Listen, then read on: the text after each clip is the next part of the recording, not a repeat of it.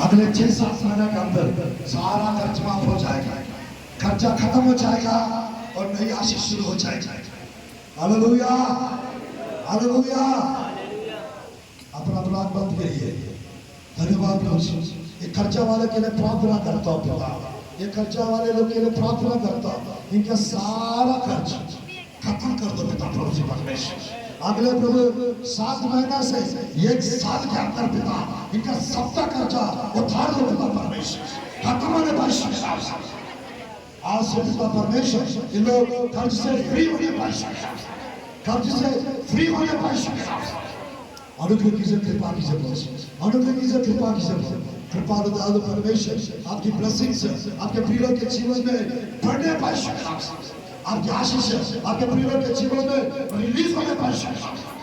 और समझ करो, कृपा करो, आज के दिन से अच्छा होने पाए, फ्री होने पाए। बस अनुग्रह करो, कृपा करो, कृपा दयालु परमेश्वर, अनुग्रहकारी आशीष देने वाला परमेश्वर, अभिषेक से भर दो, आनंद से भर दो, सामर्थ्य से अभिषेक से भर दो यीशु के नाम से।